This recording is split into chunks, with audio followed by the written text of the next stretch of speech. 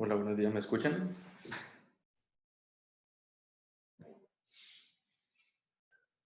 Sí, sí, Jesús, buenos días. Que teníamos el otro link compartido para una charla con unos especialistas que había invitado al doctor, entonces estamos enviándole nuevamente el link y apenas estén todos comenzamos.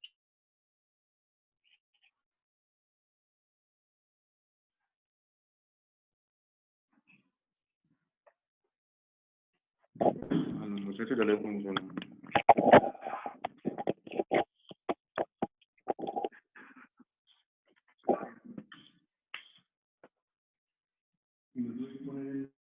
La clave, ¿no?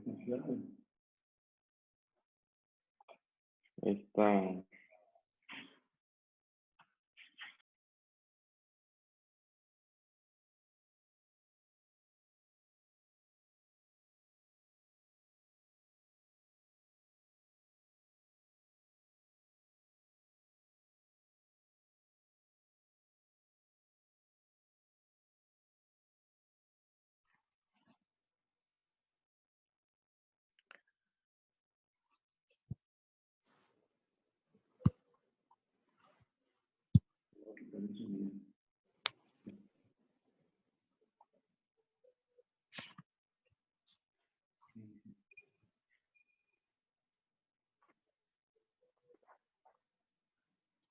Hola Antonio, muchas felicidades desde Trujillo, Perú.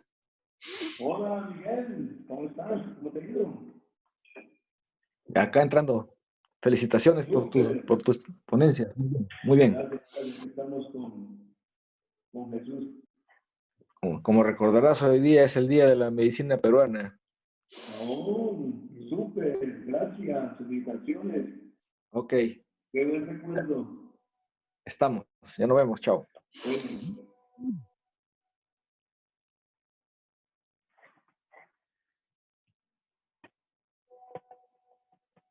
ya estoy la bienesía. Muy bien.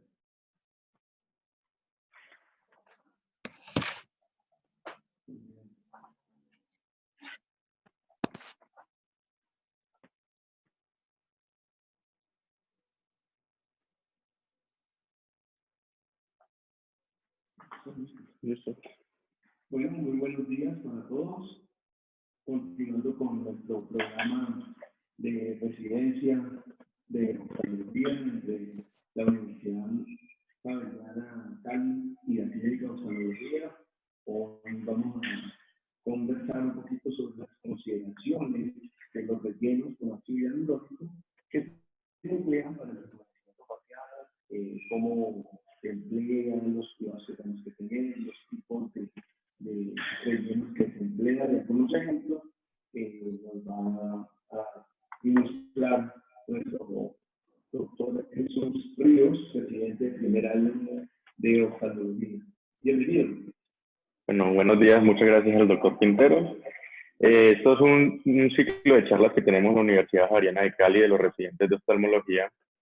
Dentro de las charlas de cirugía plástica ocular tenemos dos componentes, que es el plástico reconstructivo y el estético. Hoy vamos a abordar como una mezcla entre ambos que es un poco ajena a los residentes de oftalmología y que es bueno conocerlo porque, como vamos a ver al final dentro de unos artículos que hemos revisado, lo ideal es que este tipo de procedimientos sean realizados por un profesional idóneo en el área para evitar las posibles complicaciones, como lo es el cirujano plástico ocular o incluso el oftalmólogo, también conocer cómo se realizan estos procedimientos y sus posibles complicaciones para abordarlos. Entonces vamos a empezar. Dentro del contenido vamos a tener una introducción, luego hablar un poco de los rellenos faciales, en el que el doctor Quintero pues tiene una amplia experiencia y nos va a ir comentando también sobre su experiencia. Vamos a ir hablando de la literatura versus lo que él ha visto, entonces para ir desarrollando la charla así. Luego tenemos las técnicas y zonas de riesgo del manejo de estas, las complicaciones que vamos a tener, el diagnóstico de las complicaciones y el posible tratamiento dependiendo de cada una de estas. Para hablar de rellenos faciales tenemos que hablar tanto de patologías como de la fisiología normal Entonces vamos a tener que hay un envejecimiento que puede ser extrínseco e intrínseco. Pues recordar que a la hora del envejecimiento se da la parte intrínseca, pues porque tenemos una autonomía fisiológica ya predispuesta genéticamente, en la que según el pasar de los años, pues van a ir cambiando tanto la cantidad de hormonas, la replicación celular y todo eso, pues llegando al envejecimiento, que ha ayudado también la parte extrínseca, ya sea por el tipo de alimento que lleva el paciente, por los tóxicos que usa o la epigenética, que es lo que hablamos, cómo todo el ambiente va afectando a la persona. Entonces, ahí donde un envejecimiento ya puede ser acelerado o normal. Recordar que pues el envejecimiento se va dando y se va acelerando también porque el rostro tiene un movimiento constante, pues recordemos que pueden haber hasta 15.000 parpadeos diarios, esto va afectando pues toda la parte de la musculatura y de la piel de la cara. Dentro de su fisiología, pues el rostro es diferente a todas las partes del cuerpo humano. En esta, no solamente tiene un mayor movimiento muscular por todas las expresiones faciales que hacemos durante el día, sino que es el área que está más expuesta al ambiente y por eso se ve más afectado. Dentro de las manifestaciones hay 3 problemas básicos que es los que busca estéticamente solucionar el profesional, que son las arrugas, o lo que conocemos aquí en Colombia como patas de gallo, o pues todas las arrugas del envejecimiento, las bolsas y las ojeras.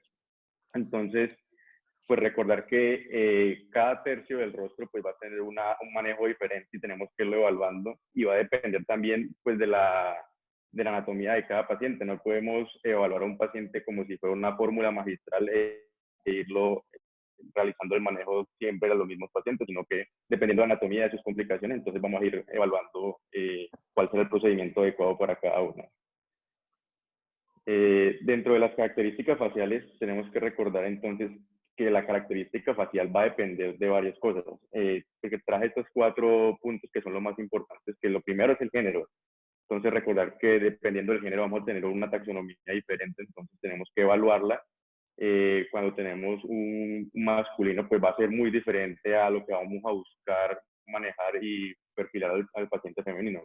También depende de la etnia o raza, pues vemos que dependiendo de la etnia vamos a tener también una morfología ósea diferente y pues eso también va a afectar la parte muscular y grasa. La edad, entonces dependiendo de la edad vamos a ir evaluando cada paciente, y lo que se ha visto ahorita muy importante y es un punto que queremos abordar bastante, que es la moda.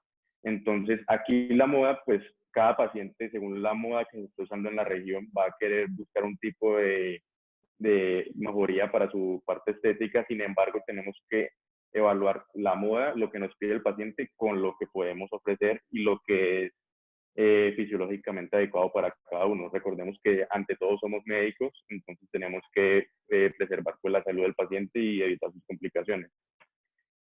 Para abordar las características faciales vamos a tener en cuenta que pues tenemos 3 tercios en el rostro, entonces cada uno de estos, que el frontal, desde el intermedio al inferior, lo vamos a abordar de una manera diferente. Importante que aunque el paciente nos esté, digamos, buscando, como en estos casos, algún relleno o algún manejo estético, como médicos tenemos que evaluar todos sus antecedentes y, digamos, si hay una orbitopatía tiroidea, si hay una tosis, explicarle muy bien al paciente qué es lo que tiene, explicarle que eso, además de ser algo estético, es algo funcional y que en realidad lo que tiene es una patología de base. Y en estos casos, pues, dentro de la ética que nos compete, decirle al paciente que lo que vamos a manejar primero es su patología y que con su patología ya manejada, pues ya luego veremos la parte estética. No olvidar esto porque en realidad ahorita por moda muchas patologías, incluso digamos una orbitopatía o una tosis, lo que hacen es realizar algún tipo de procedimiento estético sin manejar su patología de base. Entonces recordemos que las diferencias entre hombre y mujer van a ser diferentes. Tenemos que el hombre va a tener unos ángulos más rectos, una frente pronunciada con unos ángulos de 45, 60, 70 grados, mientras que las mujeres tienen una región frontal más curva, más delineada. Lo mismo en la parte intermedia, las cejas del hombre tiende a ser más horizontal, mientras que la mujer inicia supraciliar y la cola de la ceja suele ser más alta que la cabeza, a diferencia que el hombre, que pues sí, normalmente suele ser más horizontal, y en algunos casos lo que se busca estéticamente es tener una posición como de enojo o pues iniciar el horizontal inclinándola hacia la parte central. En la región intermedia, pues tenemos que la nariz, que es un área que no tocamos mucho, sin embargo, ahorita pues se ha venido popularizando pues estos manejos no quirúrgicos como la rinoplastia, sino con rellenos. Aquí es importante evaluar la diferencia entre el hombre y la mujer, que el hombre tiene una región cigomática más alta que el de la mujer y el de la mujer suele ser más delineada, lo mismo en la nariz. La implantación de la nariz suele ser un poco más baja en la mujer y suele ser más, como decimos aquí, un poco más feminizada o pues repingada o pequeña en comparación a la cantidad de área ocupada por la del hombre. Eso también pues va a depender de la etnia y pues irlo hablando con cada uno de los pacientes. Y entonces tenemos que en la región inferior, la región mandibular del hombre suele ser más ancha, pronunciada y inclinada hacia el eje de la inferior de la oreja, mientras que el de la mujer suele ser más curva. Lo mismo en el mentón, que suele ser más ancho y plano, mientras que la mujer, a la hora de feminizar a una mujer, se intenta tener una región más curva en la parte inferior del rostro. Dentro de los cambios fisiológicos hay unos cambios fisiológicos estructurales y funcionales. Entonces, en la piel, que es lo que vamos a tener aquí principalmente afectado, pues vamos a ver que va a haber una reducción de lípidos y todos los cambios estructurales.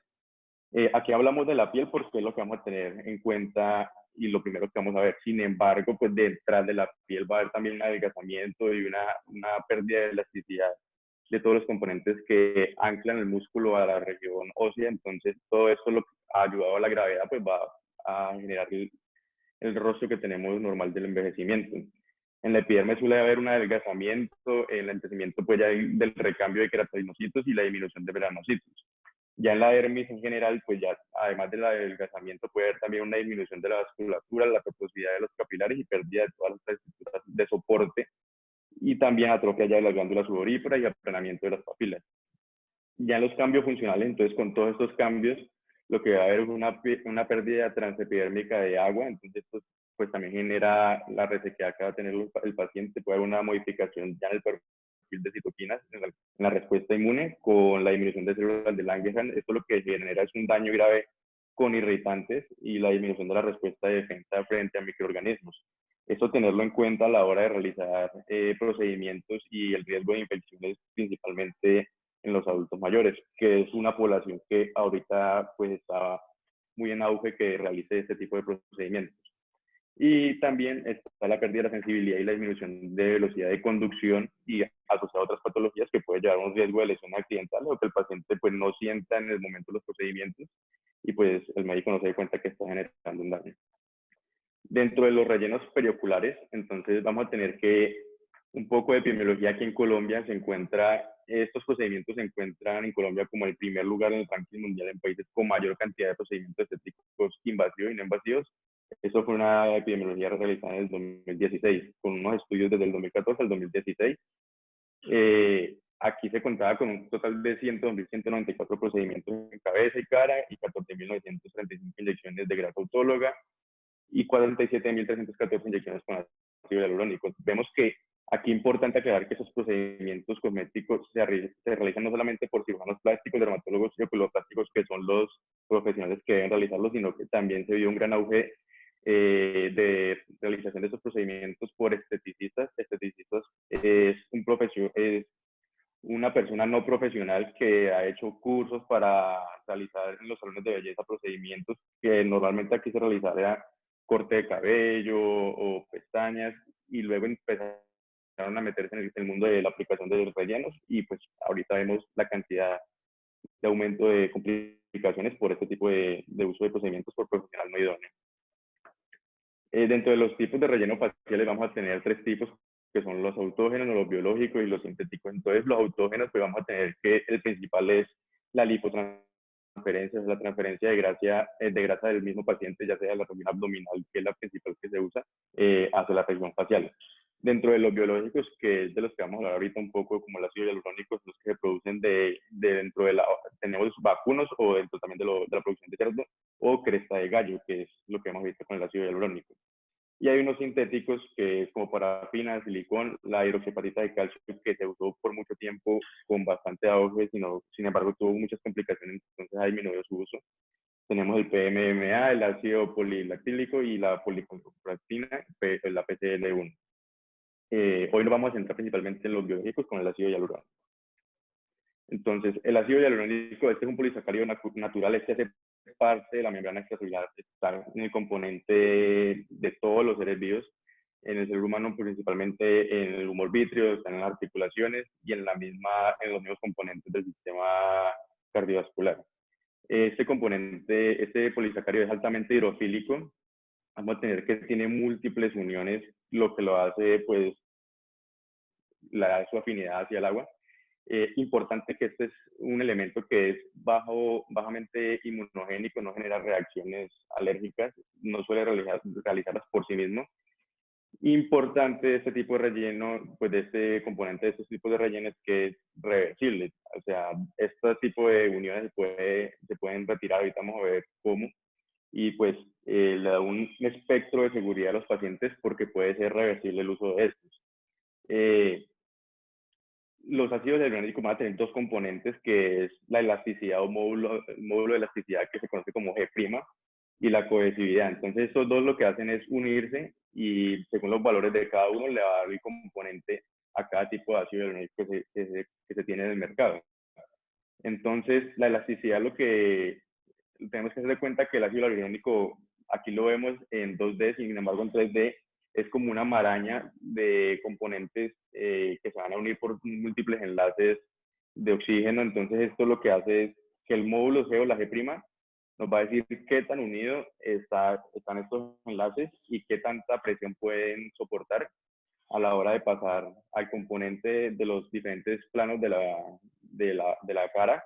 Y la cohesividad nos dice qué tan duros son de romper y qué tanta presión van a aumentar y cuánto tiempo van a estar en el cuerpo. Entonces, dentro de las características de cada uno de estos, lo más importante es la concentración que va a tener de ácido hialurónico, que pues tenemos en el mercado múltiples marcas de estos, el Restylane, Juvederm, el Balotero. Sin embargo, las concentraciones de ácido hialurónico es muy promedio, entre 15 y 24 miligramos por mililitro. Aquí el cross-linking es lo que les hablaba ahorita, que es la cantidad de uniones que tiene este compuesto en su fase 3D. Entre más porcentaje va a tener más uniones, entonces va a ser más fuerte y va a aceptar mayores presiones a la hora de paso por la aguja o al estar ya presente en la cara. La duración de los efectos suele ser muy similar en todos, de 1 año, máximo 2 años, sin embargo, pues va a depender del fabricante y de esto, del cross-linking y de la concentración que tenga del ácido hialurónico. ¿Cómo aplicarlo? Entonces vamos a tener que haber diferentes capas, entonces entre más G alta o más módulo de elasticidad tengan, este se va a volver, como va a tener más uniones, se va a volver más pesado.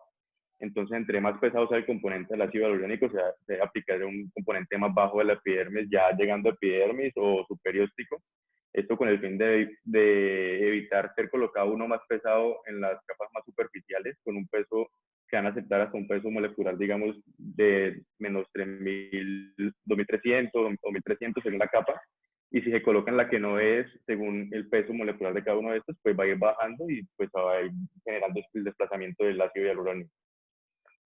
Dentro de la historia del uso del ácido hialurónico vemos que se empezó a usar en 1934.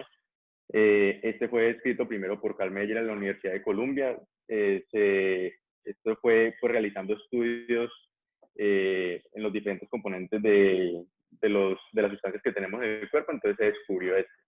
Sin embargo, ya fue hasta 1942 cuando se empezó a producir y ya, por ende balas, ya usando la cresta de gallo, se vio que después de muchos estudios, se vio que dentro de esta había una alta concentración y se pudo aislar y empezar a usar. Estos primeros usos empezaron como un carrier para medicamentos en el humor vítreo o en las mismas procesos anestésicos para aumentar la efectividad de estos medicamentos. Ya en 1996, además de las crestas de gallo, empezaron a producirse de aletas de tiburón y se empezó a sacar de las articulaciones vacunas o residuos del procesado de pescados. Pero no es sino hasta el 2003 cuando ya el Restylane se empieza a producir en Suiza y a ser comercializado en Estados Unidos y empieza ya el auge en sí pues, del uso de rellenos con ácido hialurónico.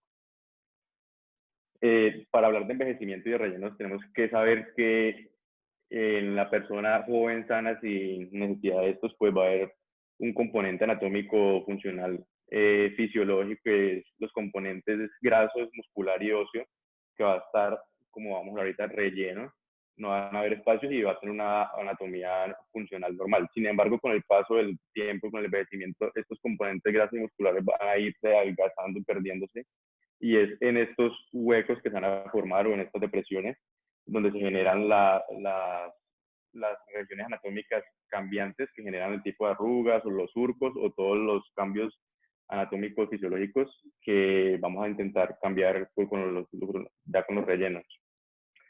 A la hora de hablar de un relleno, tenemos que saber cuál es un relleno ideal. Entonces, un relleno ideal tiene que ser un componente que sea, primero, poco inflamatorio, que sea seguro, que sea resistente, que no tenga una relación con los componentes cancerígenos, que sea estable a diferentes cambios de temperatura. Y ahorita hemos visto, pues ya con la parte estética, que tiene que ser un componente que sea económico y que genere poco dolor al paciente. Dentro de los sitios anatómicos seguros, tenemos que recordar desde la parte de oftalmología y de la parte dermatológica y cirugía plástica, según el que realice el procedimiento, que vamos a tener un componente muy importante anatómico que son las arterias carótida externa y carótida interna. Esta, por su alta relación con la arteria oftálmica, lo que nos va a generar, pues, unas zonas de riesgo y unas zonas anatómicas permitidas para la inyección de estos componentes con el fin de evitar la embolización de algún componente de estos y que genere un infarto asociado a este, ya sea pues en la parte oftalmológica. Lo que más nos importa es evitar que un émbolo de estos llegue hasta la oftálmica o sus asociadas, generando una ceguera irreversible. Y se han visto casos que entre más pequeños, entre más grande sea el émbolo, no va a llegar a una arteria tan pequeña, sino que puede llegar a una grande, generando infartos cerebrales. Entonces, aquí el porqué la importancia de conocer todos estos sitios anatómicos y pues que sea realizado por un profesional idóneo. Dentro de la cara, pues necesitamos ver más a profundidad cada una de estas, pero importante estos sitios, que es la región glabellar, la región temporal, la región infraorbitaria, la región nasal, que es altamente vascularizada, y la región peribucal. Y si nos ponemos a ver estas regiones, pues en realidad son las regiones que el profesional va a intentar solucionar estéticamente. Entonces vemos que las regiones donde hay mayor vasculatura es donde nos impone el desafío de arreglar, pues mejorar esta parte estética. Entonces, el por qué conocer muy bien esta anatomía. Dentro de las arterias aquí importante, entonces vamos a tener en la región supraciliar la supratroclear o la supraorbitaria más externa, la arteria temporal superficial en la región temporal, donde se generan los rellenos cuando hay una concavidad aquí por disminución de la musculatura temporal. Tenemos también la infraorbitaria, pues la arteria infraorbital, que pues es una región que es muy usada ahorita en la parte estética. Tenemos también en la región nasal las arterias angulares, la nasal lateral y la dorsal lateral. Tenemos aquí en la región peribucal, perdón, la arteria facial, pues en una relación muy cercana y pues que es importante tenerla en cuenta, y las arterias labiales superiores e inferiores. Entonces, pues recordar muy bien esto para ahorita que vamos a hablar de los sitios donde sí se puede realizar, y vamos a ver que tiene una estrecha relación. Entonces, aquí, para recordarles rápidamente lo que acabamos de decir, toda la vasculatura vemos que es alrededor de cada uno de los sitios donde hay más presencia de efectos estéticos que se han conocido ya pues por el pasar de los años y por el conocimiento de la anatomía de los profesionales que realizan estos procedimientos, que son seguros.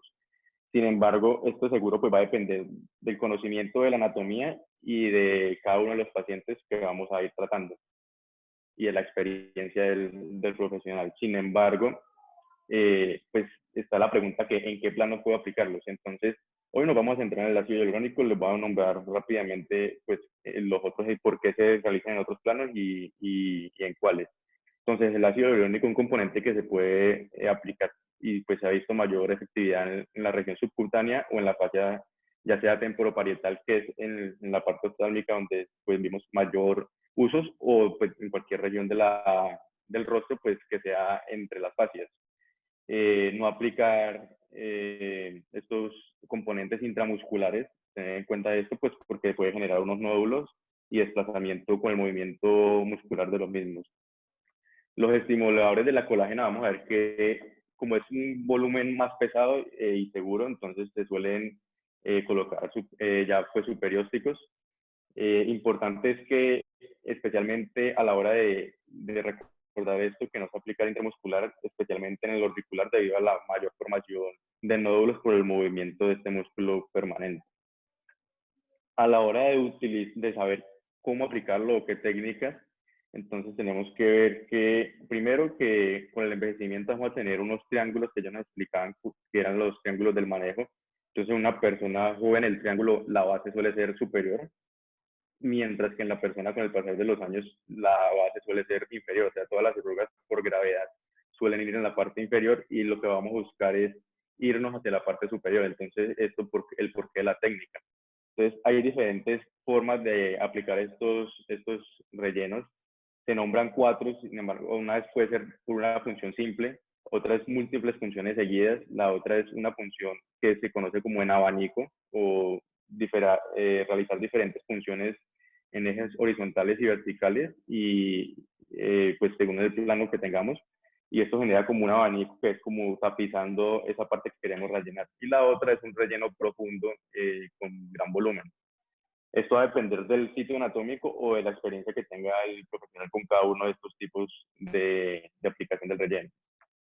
Dentro de las técnicas de aplicación, pues dentro de una revisión sistemática, en la región periorbitaria la técnica más utilizada es la retrógrada, luego tenemos la punción seriada, el enmayado que vimos ahorita, la anterógrada, en el abanico, el push o el depósito lineal. Vemos que la retrógrada se usa más, pues, ha sido más usada en esta serie de casos que se revisaron por la seguridad que tiene esta técnica y por el sitio anatómico, pues que en estos casos era la región periorbitaria. Sin embargo, con la evolución de esta técnica, hemos visto que ha ido ganando más campo en esta técnica, es el depósito lineal o el abanico, pues para generar un mayor cambio pues en el momento del paciente para que lo note más rápido. Entonces vemos que ya en la práctica, ¿qué sitio anatómico escoger para el relleno facial? O sea, en realidad, qué parte vamos a ir llenando y el por qué. Entonces, aquí quería nombrar algo que ahorita es tendencia, que estamos viendo pues en las redes y en los congresos con gran aceptación entre los profesionales, que son los MD Codes, que son unos códigos anatómicos que han sido expresados en diferentes artículos por el doctor Mauricio de Mayo, es un cirujano plástico brasileño.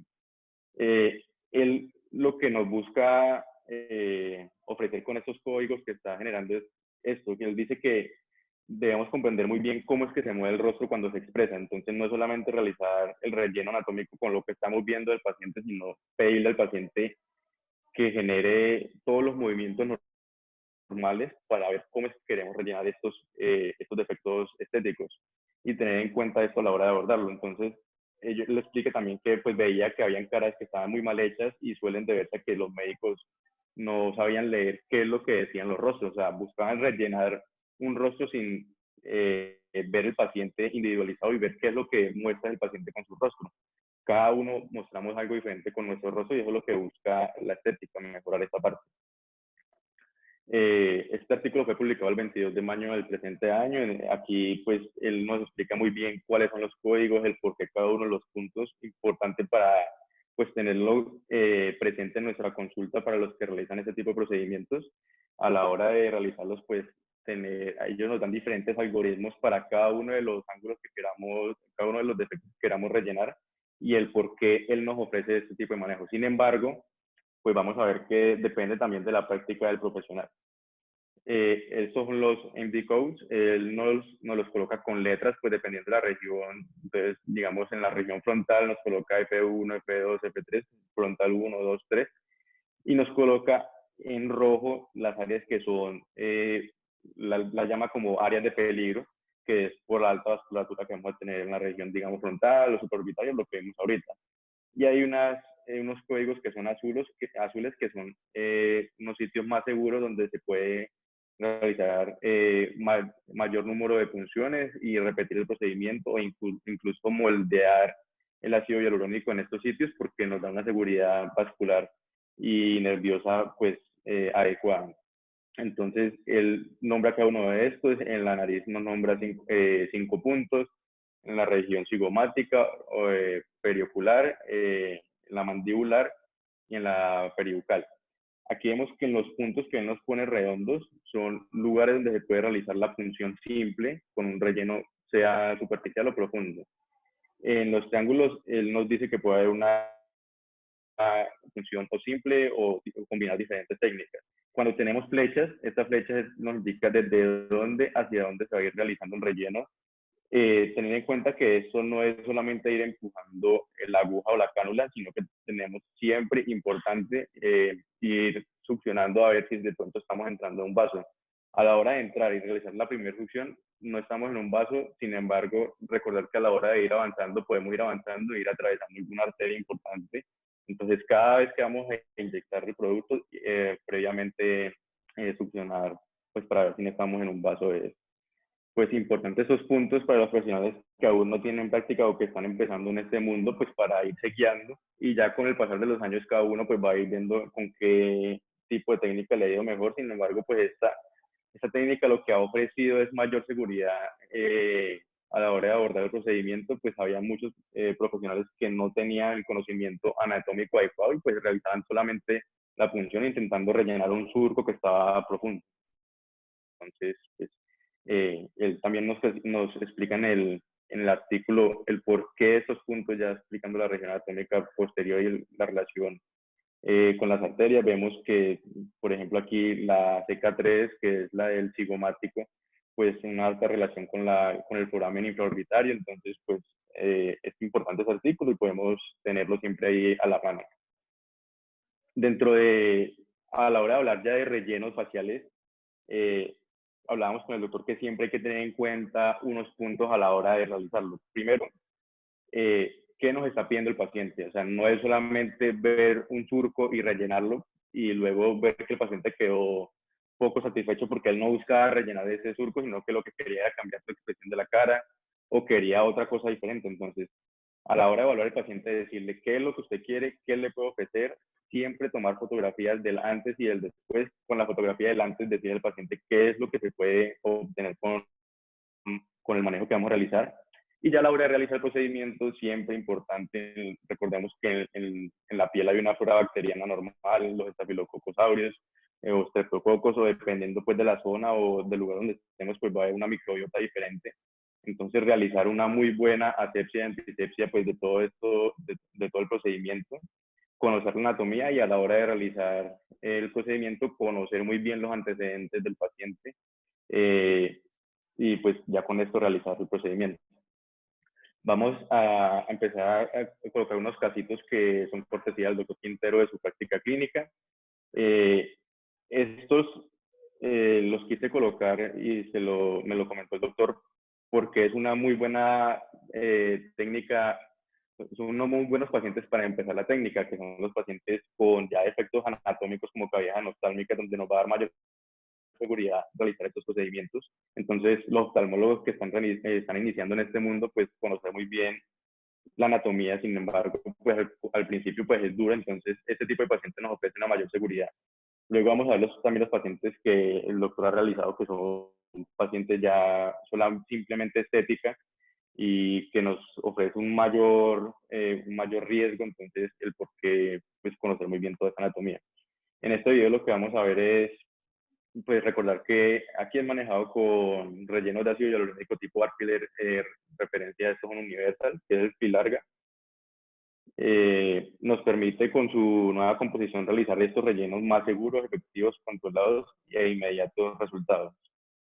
Entonces vemos este paciente que había tenido un relleno hace 4 años.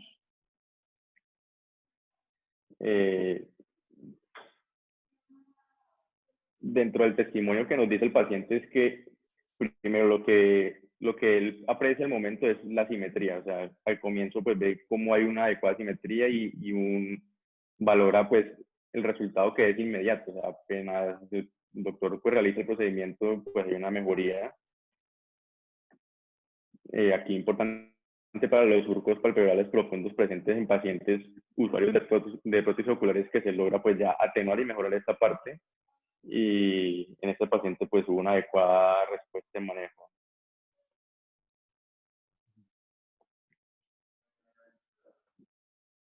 Aquí vemos cómo a simple vista parece que fuera un paciente, además de todo su manejo por prótesis ocular, ya con su relleno facial, pues vemos que hay una adecuada mejoría, y esto, además de su parte anatómica que va a evitar el movimiento de la prótesis, sus complicaciones, pues también hay una mejoría estética increíble y el paciente pues lo agradece demasiado. Entonces, esto en los pacientes pues que tenemos ya una patología de base anterior. Estos son unos videos que teníamos, estos están en el artículo del doctor, no se me carga. Y este era para ver las diferentes técnicas que tenemos. Entonces él lo realiza con funciones simples, esto respetando aquí en la región central la zona glabelar y su profundidad por su relación vascular. Aquí lo que nos explica él es que a la hora de realizar el procedimiento, pues tocar muy bien el lugar, el sitio anatómico donde vamos a realizarlo.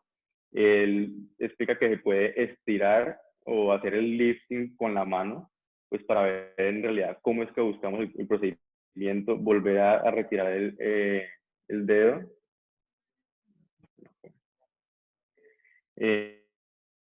Esto con el fin de ver cuál es el resultado y dónde tenemos que ir colocando el... ¿me está cargando?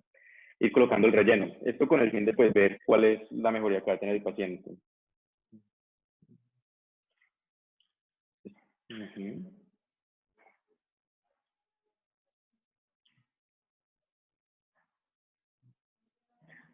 Vemos que en los planos profundos, entonces es como si fuera una inyección subdérmica. Vemos el ángulo que tiene la aguja a la hora de introducirla. Incluso si vemos acá, él le da una curvatura para estar un poco un ángulo menor.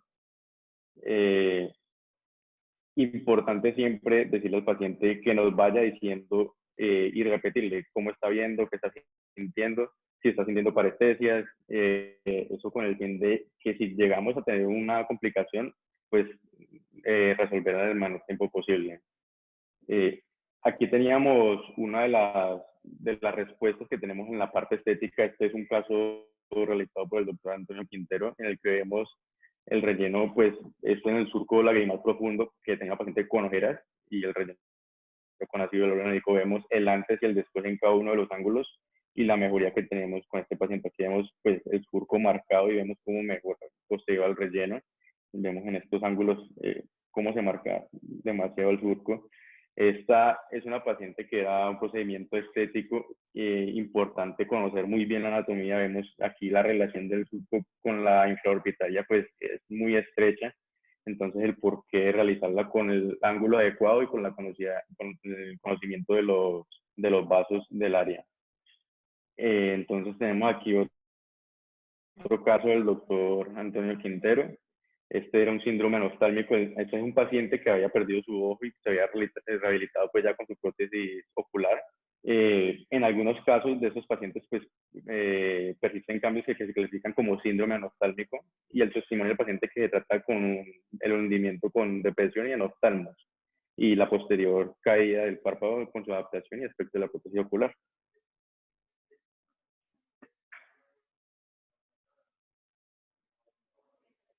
Vemos el área del relleno, cómo entra y el ángulo. Esta por ser una cavidad anostálmica vemos que la cantidad es como un relleno profundo.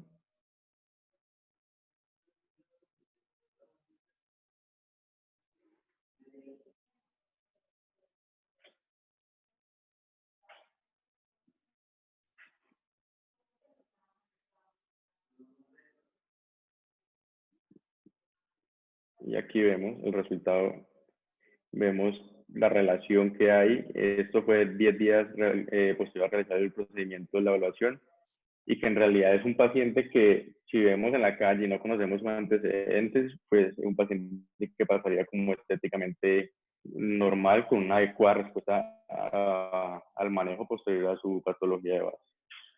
Estas son alternativas que tenemos para mejorar el enoftalmos también. Entonces vemos que no solamente para la parte de las prótesis oculares, sino también en otros procedimientos, también el caso del doctor Quintero, el paciente con enoftalmos.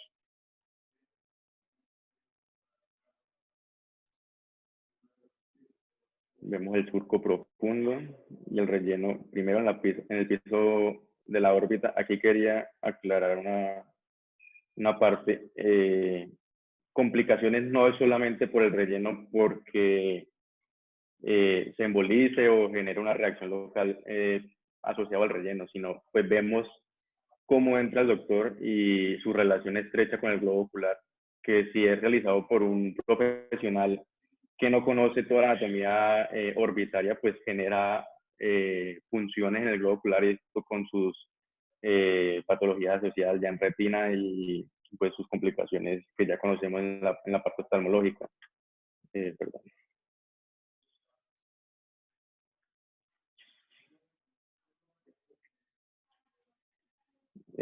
Ya en la parte estética, vamos a ver, este es un caso que nos colocaba el doctor Di Mario en su artículo. Para estos tipos de rellenos, él lo fue catalogando según la cantidad que iba colocando en cada paso, con 4 mililitros, con 8 y con 17, y esos 17 fue colocándolo en cada uno de los puntos que él nos da como puntos seguros, y vemos cómo hay un notorio cambio en la parte estética del paciente.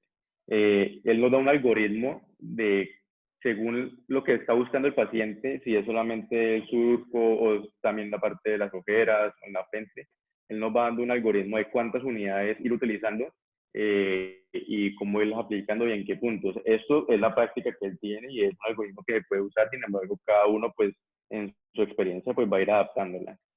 En la parte, recordar pues que no es solamente un procedimiento estético en mujeres, vemos en el hombre cómo mantiene su parte masculina y cómo mejora las depresiones, la región de las ojeras y pues cómo cambia la cara del paciente con el uso de este tipo de rellenos. Este es un paciente que quería presentar el doctor también, con un resultado.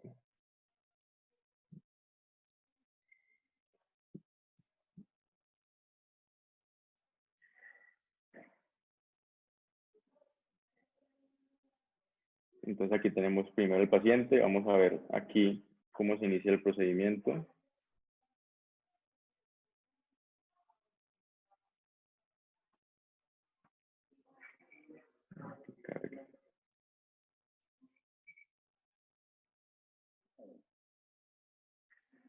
Vemos el ángulo de la aguja en este momento. Por la región anatómica que estamos usando, lo que estamos buscando es un relleno más profundo que nos genere un mayor volumen para poder cambiar en este momento el defecto que tiene el paciente. Entonces, importante, el doctor aquí aspira antes de realizarlo y a la hora de inyectar, importante realizarlo lento y que no nos genere una resistencia. Si nos está generando una resistencia importante, pues reubicarnos o ver dónde estamos porque podemos estar haciendo una disección de los planos y esto lo que genera es que se genera un espacio virtual aumentado y pues haya una migración del componente. Vemos, dependiendo del sitio anatómico, aquí vemos otro, cómo cambia el ángulo y esto es por la anatomía de la región. Importante aquí no solamente la parte muscular, sino también las glándulas presentes en esta región.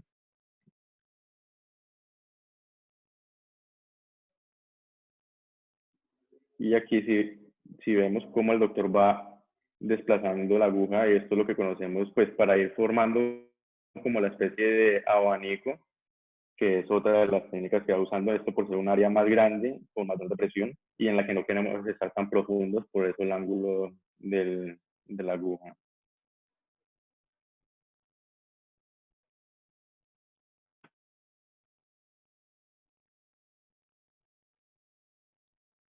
Vamos a ir. Listo. El colocar rellenos no es una fórmula magistral que solamente se coloca el relleno y no tiene ninguna seguridad y ninguna complicación. Esto es un procedimiento que debe ser realizado por un profesional y vamos a ver qué complicaciones y cuál es el diagnóstico de esta. primero, recordar qué es lo que busca el paciente, qué se le puede ofrecer, no meternos a manejar pacientes que no lo necesitan, porque es un procedimiento y todos los procedimientos deben tener una indicación. Primero, hay unas contraindicaciones. Todo paciente con antecedente de coagulopatía o alteraciones vasculares, pues es un paciente que primero debe ser valorado por un internista y que el internista nos diga, este paciente no va a sangrar, no va a generar hematomas o no va a tener complicaciones y que pueda realizar el procedimiento. Importante toda la reacción de los diferentes tipos de reacción alérgica. Aunque es un componente poco inmunogénico, hay pacientes que han presentado reacciones alérgicas previas al uso de este, y pues si ya tiene una reacción, la presentó una vez, pues es mejor que lo revise un alergólogo, tenga todo su manejo previo o se le ofrezca al paciente otro tipo de rellenos que no sean estos. Las reacciones pueden ser tempranas o tardías o retrasadas. Las tempranas, que son las que vamos a ver en el momento de la aplicación, que es el eritema, hematomas, la hipertermia, todo el edema o hipersensibilidad, los nódulos o protuberancias. Son reacciones que, aunque son tempranas, pues no son graves y se pueden intentar solucionar en el momento con medidas locales o todo el manejo según la complicación. Hay unas complicaciones tardías que se presentan desde 14 días a un año. Aquí el por qué es importante continuar vigilando a estos pacientes y tener un control para ver cómo ha ido evolucionando. E incluso hay unas reacciones retrasadas que se dan después del año, ya está más asociado a los nódulos que se pueden presentar o la migración de los componentes. Dentro de esta serie de casos que se revisaba, el número, pues la reacción más presente era la equimosis, que esto es por el tipo de inyección que realizamos y la aplicación del mismo. Recordemos que si vamos a entrar en un plano más profundo, tenemos que entrar con una aguja un poco más gruesa, esto con el fin de evitar curvaturas en la misma, porque estas curvaturas las que van a generar un daño vascular. También tenemos edema, eritema y prurito. Dentro de las reacciones adversas asociadas ya a la aplicación, pues en una parte más crónica vamos a tener los nódulos. Se puede generar cambios en la coloración de la piel o una sobrecorrección, que sin embargo son estos manejos que se pueden solucionar con el tiempo, pues ya evaluando con el paciente. A la hora de realizar esos procedimientos, pues siempre recordar al paciente cuáles son los efectos secundarios, las reacciones adversas que puede presentar, que él las conozca y sepa que se pueden presentar, porque esto con el fin de evitar ya en la parte legal un diferente tipo de demanda. A la hora de la prevención, entonces, primero, utilizar un componente que sea una marca conocida. Esto que nos ofrezca pues seguridad a la hora de la aplicación, conocer muy bien la anatomía del paciente, según el plano donde vamos a realizarlo, saber cuánto volumen pues vamos a ir utilizando y a qué presión. Esto con el fin de evitar pues la disección de cada uno de los planos. Siempre, siempre, siempre aspirar y luego aplicar con poca presión, esto pues para ver si estamos en un vaso. En planos profundos, evitar estas agujas delgadas y siempre la asepsia y antisepsia efectiva. Importante evitar cambios de temperatura bruscos a la hora de la aplicación de esto con el fin de evitar vasoconstricción o efectos locales que puedan generar un cambio en la aplicación del mismo. Dentro de las complicaciones, entonces vamos a tener las reacciones tempranas, las que hablábamos ahorita, que es o los cambios superficiales o ya un infarto o necrosis del tejido blando. El dolor puede estar presente con la equimosis, el eritema, sangrado, tenemos nódulos, infecciones asociadas por la inadecuada antisepsia. E importante aquí, pues ya también las alteraciones vasculares y retinales, pues por la migración de estos componentes o el infarto de las arterias en la retina. Dentro del diagnóstico, entonces, todas las que veíamos ahorita son diagnóstico clínico a la hora del paciente, pero vamos a tener el hallazgo que estamos buscando con la complicación, entonces pues es muy fácil darte cuenta. Sin embargo, importante que está también el diagnóstico oftalmológico, entonces, porque son pacientes que pueden notar cambios y explicarles en su visión que pueden ser leves, incluso puede ser un 20-40 en cambio en un ojo, que el paciente va a notarlo como que no estoy viendo un poquito borroso, pero si no se le explico que tenía este síntoma, entonces puede ir avanzando y puede ir generando pues este tipo de infarto. Aquí vemos en esta angiografía fluorescénica como hay, pues aquí hay el cambio. Este fue en un artículo secundario a una embolización de ácido hialurónico que generó, pues incluso, pues vemos que es muy diminuto, pero generó el infarto en la región inferior, superior temporal, perdón. Y la otra es que tenemos también la resonancia magnética, esto con el fin de ver la parte anatómica y pues ver el tejido celular subcutáneo. Aquí vemos cómo hay una inflamación secundaria a la aplicación de los componentes del ácido hialurónico. Entonces, en caso tal de que tengamos la anatomía presente, que haya mucha inflamación y no podamos evaluar al paciente o ver dónde está el ácido hialurónico o el granuloma, entonces realizamos algún procedimiento imaginológico. Dentro del tratamiento, todos los que veíamos ahorita de los tipos de relleno son muy difíciles de manejar por el tipo de componente, su embolización y pues que genera un infarto. Sin embargo, el que mayor seguridad nos da es el ácido hialurónico, porque tenemos este componente, esta enzima, que es la hialuronidasa. Esta hialuronidasa es lo que es una enzima mucolítica que va a hidrolizar, va a partir los componentes de los enlaces del ácido hialurónico en la matriz extracelular, y esto pues lo que va a hacer es que el ácido hialurónico pierda su capacidad de estar en su componente 3D y se elimine su eliminación es principalmente hepática y renal. Entonces, pues a la hora de realizar este manejo, realizarlo conjunto con un profesional como medicina interna para evitar las complicaciones renales o hepáticas que pueda tener el paciente. Sin embargo, es un manejo que se debe realizar oportuno, detectar muy rápido la complicación, pues para poder iniciar el manejo con la hialuronidasa. Existen 3 grupos principales de efectos adversos, que es o la aplicación excesiva en la piel, que es lo que la busca la hialuronidasa, es como dar un reperfilamiento anatómico pues de lo que se dio en exceso. Tenemos también el manejo de los nódulos, y la más importante es las oclusiones vasculares, que esta tiene que hacer un manejo rápido, porque si no se genera un infarto y pues en realidad ya no va a tener pues un uso adecuado de la hialuronidasa en este momento. La dosificación, no hay un estándar, diferentes artículos lo nombran pues dependiendo de la región anatómica. Aquí tenemos que ellos hablan que en la región periorbitaria nos hablaban de usar 30 unidades, infraorbitaria de 10 a 15 unidades, en párpado inferior de 1.5 unidades. Esto fue un consenso, sin embargo, la cantidad de estudios fue muy poca, y en realidad pues se necesitan más estudios para ver cuál es el uso y la cantidad adecuada de hialuronidasa. Esta pues no se ha usado mucho porque en realidad las complicaciones eran muy pocas cuando se realizaban por un profesional. Pero ahorita que estamos viendo que se está realizando por no profesionales, va a aumentar, y en algún momento se realizarán estudios para ver con qué unidades hay mayor respuesta de este uso de la hialuronidasa. Entonces, el manejo de los cambios locales en el momento puede ser frío, el masaje o antihistamínicos en la etapa inicial. La hialuronidasa no se debe usar por el riesgo de propagación del medicamento. Sin embargo, si ya tenemos un infarto vascular, te recomiendo un mínimo de 200 a 300 unidades de hialuronidasa al día, esto que no supere las 1500 unidades.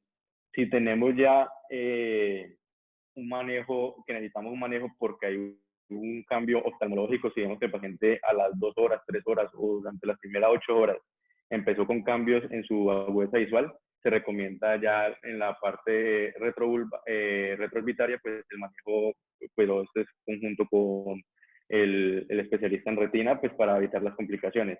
Ellos nos hablaban que en un consultorio o en el lugar donde se realizan estos procedimientos se debe tener estos componentes como mínimo para evitar las complicaciones. Y a la hora de realizar un procedimiento estético, se debe decir al paciente que espere al menos 1 hora, que es el tiempo que se le da para que haya un embolo de ácido hialurónico y se presenten las patologías asociadas.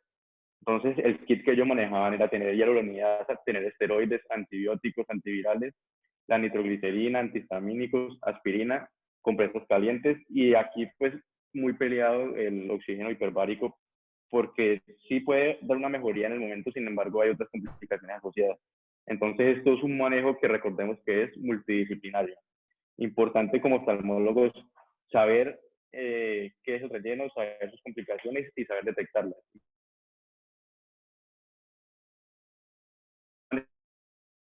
Pero no iniciarlo, sino que iniciarlo en un mayor nivel de complejidad, en una clínica donde se puedan manejar todas sus posibles complicaciones.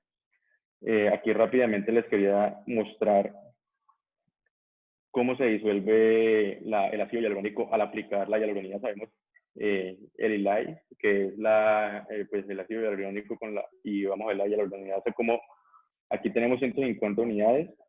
Voy a adelantarlo un poquito para ver. Tenemos aquí el ácido, no.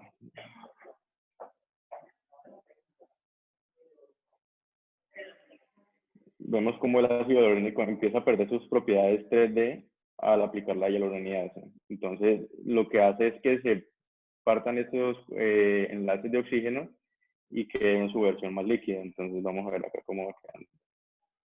Y esto es lo que pasa en la parte vascular. Entonces, empieza a generar un cambio y pues permite otra vez que continúe la vasculatura adecuada. En el embolismo arterial primario, importante es que el tiempo de tolerancia, ellos nos explican que hasta manejos posteriores a 4 horas no produce mejoría. Sin embargo, hay casos en los que en las primeras 8 horas había una respuesta adecuada, no total, pero pues con una mejoría que pues es importante para el paciente. En Colombia se ha reportado solo un caso exitoso de trombolisis en la arteria oftálmica a las 16 horas. El único tratamiento que se ha demostrado que sea efectivo en esto son la hialuronidasa. Aquí hablaban de dosis de 300 a 600 unidades retrovulvares si se administran inmediatamente en los casos de un embolismo por ácido hialurónico.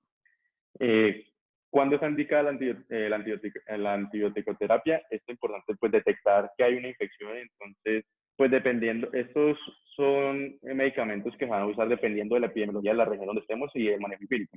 Ellos nos indicaban de 500 miligramos de claritromicina más 400 de moxifloxacina, pero pues vemos que va a depender de cada una de las regiones y de la epidemiología.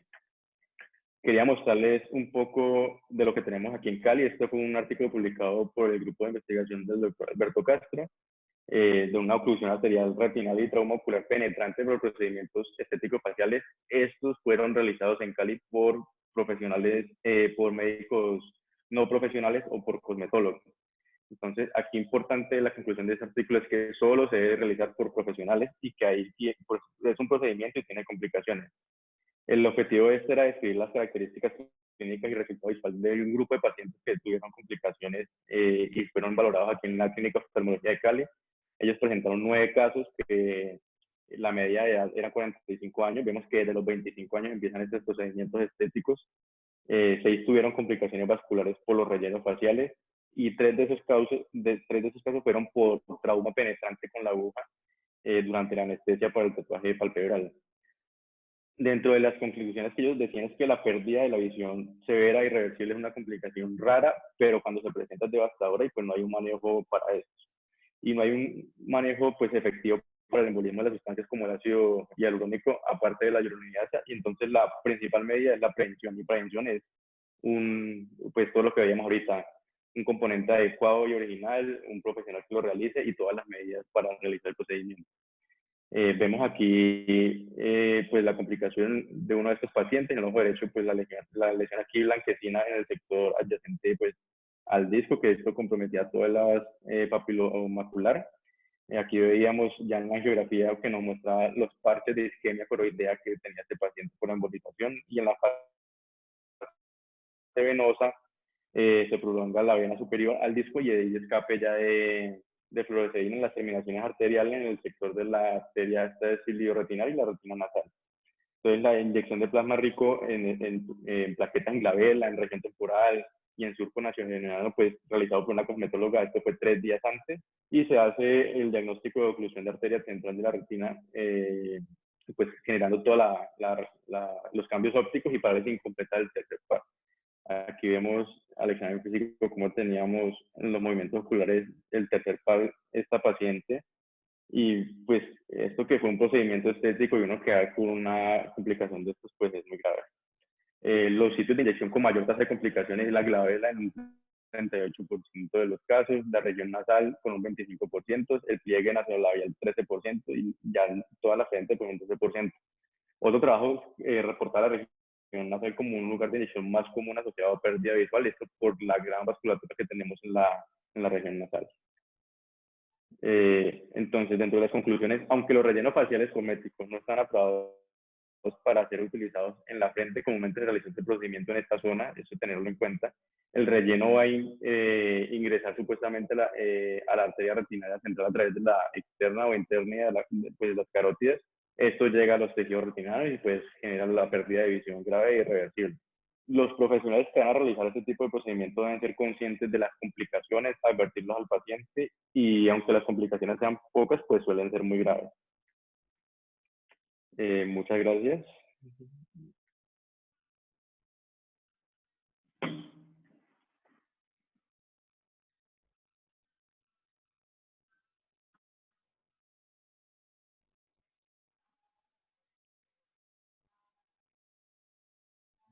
¿no?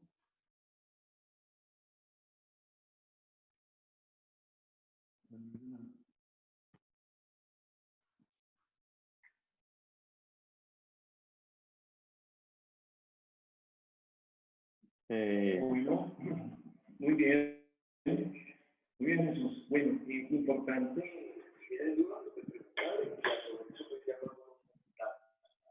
Importante cuando vamos a incursionar en el campo de los rellenos, del voto, de ciertos procedimientos cosméticos, tener en cuenta que tenemos que conocer la anatomía. Primero que todo, conocer la anatomía de qué y dónde vamos a colocar el producto. Colocar productos conocidos, productos que son reconocidos a nivel mundial, pues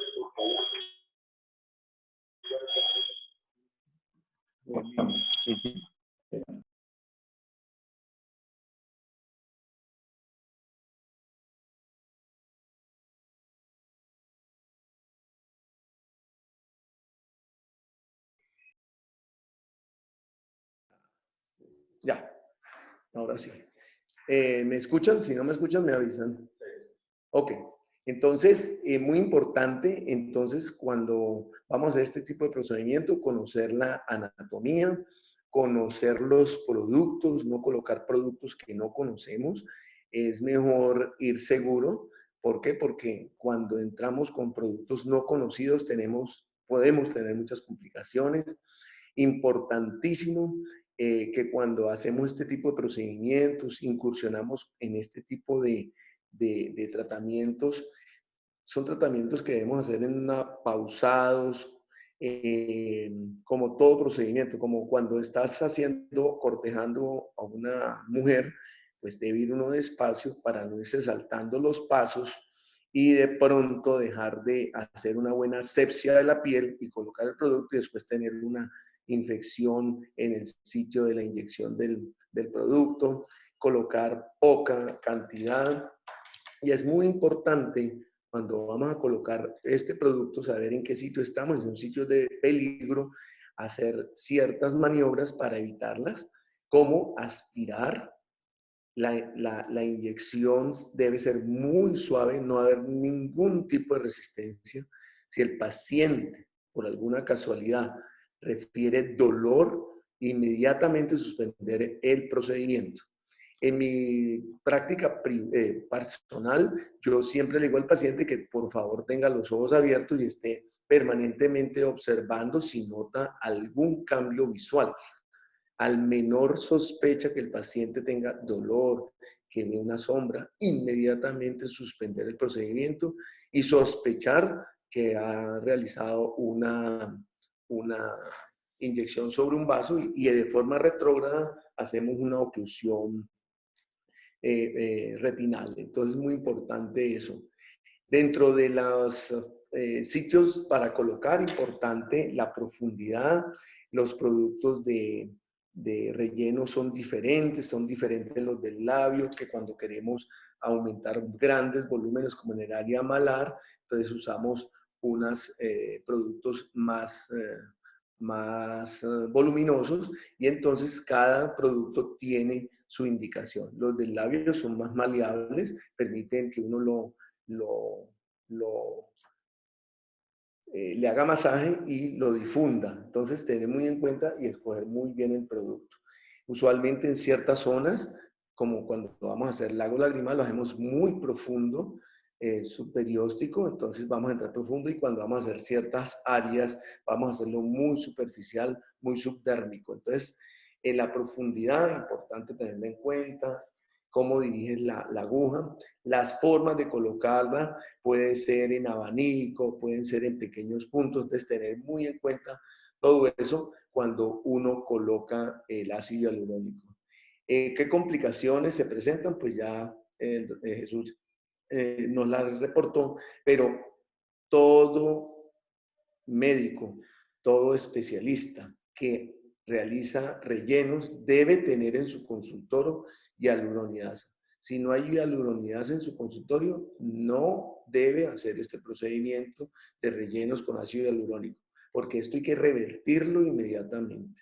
Importante que cuánta dosis, cómo se diluye, cómo se prepara, pues usualmente estas ampollas, el Vitrace o el Yalix vienen en 150, el Vitrace viene en 200 unidades, entonces uno diluye más o menos en 1 centímetro ese producto y va colocando más o menos 10 hasta 50 unidades dependiendo la gravedad de lo que uno esté encontrando.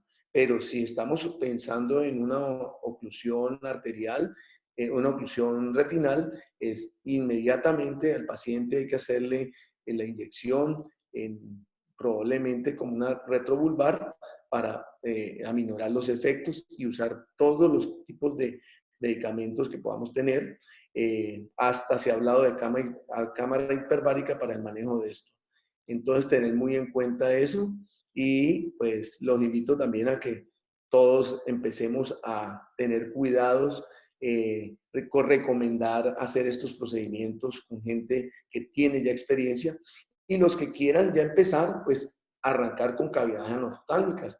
Cuando hacemos cavidades anoftálmicas, entonces este paciente viene, usualmente tienen dos problemas grandes que son la pérdida de volumen, entonces uno puede colocarlo a nivel del surco palpebral superior o en el piso de la órbita para aumentar el volumen y usualmente también tienen marcada pérdida de volumen en el lago lagrimal donde uno puede colocarlo.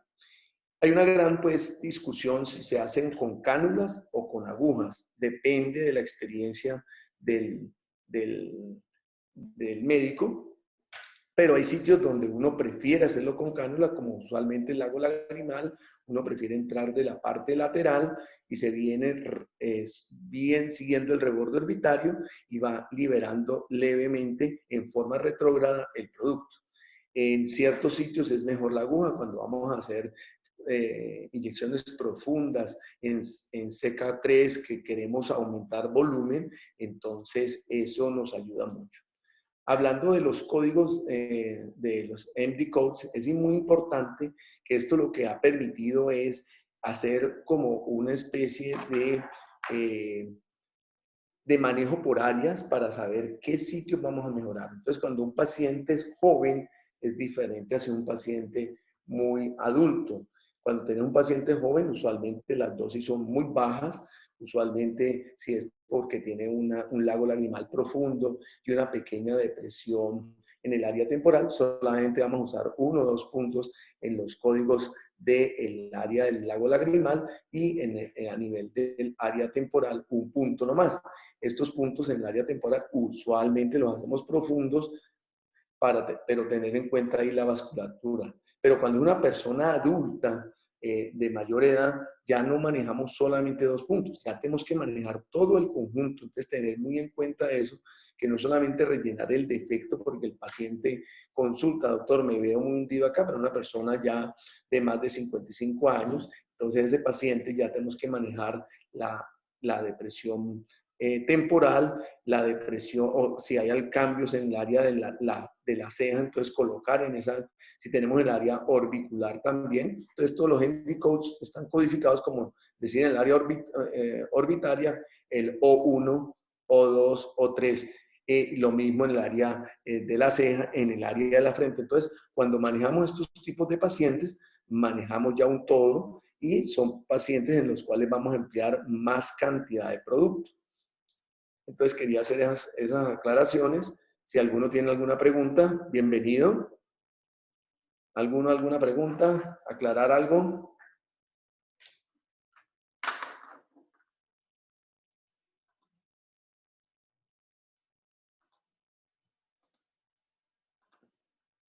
Bueno. Entonces, ¿terminamos? Bueno, muchas gracias por acompañarnos. Seguimos pues con estos temas tan interesantes. Si alguno tiene algún comentario, bienvenido.